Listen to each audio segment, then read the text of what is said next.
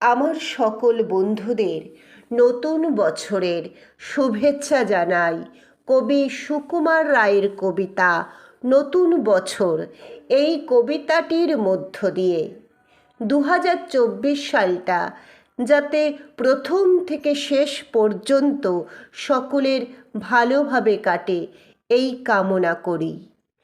কান্না হাসির পোঁটলা বেঁধে বর্ষ ভরা পুঁজি, বৃদ্ধ বছর উধাও হলো, ভূতের মোলক খুঁজি।